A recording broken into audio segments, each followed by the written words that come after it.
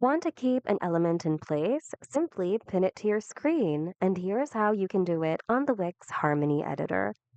First, select the element you'd like to pin, say for example this one, right-click on it, and select Pin to Screen. A small window will then open here on the right. This is where you can select where you'd like to position it by selecting a point right over here. You can also use the sliders over here to precisely adjust your elements horizontal and vertical offset. There. And if you ever want to unpin it, simply follow the same instructions before in order to open this small window, and then you can just go ahead and toggle this option off. And that's it. Super quick and easy. Hope you found this video of help somehow. If you need more Wix tutorials, check out our channel and consider subscribing as well.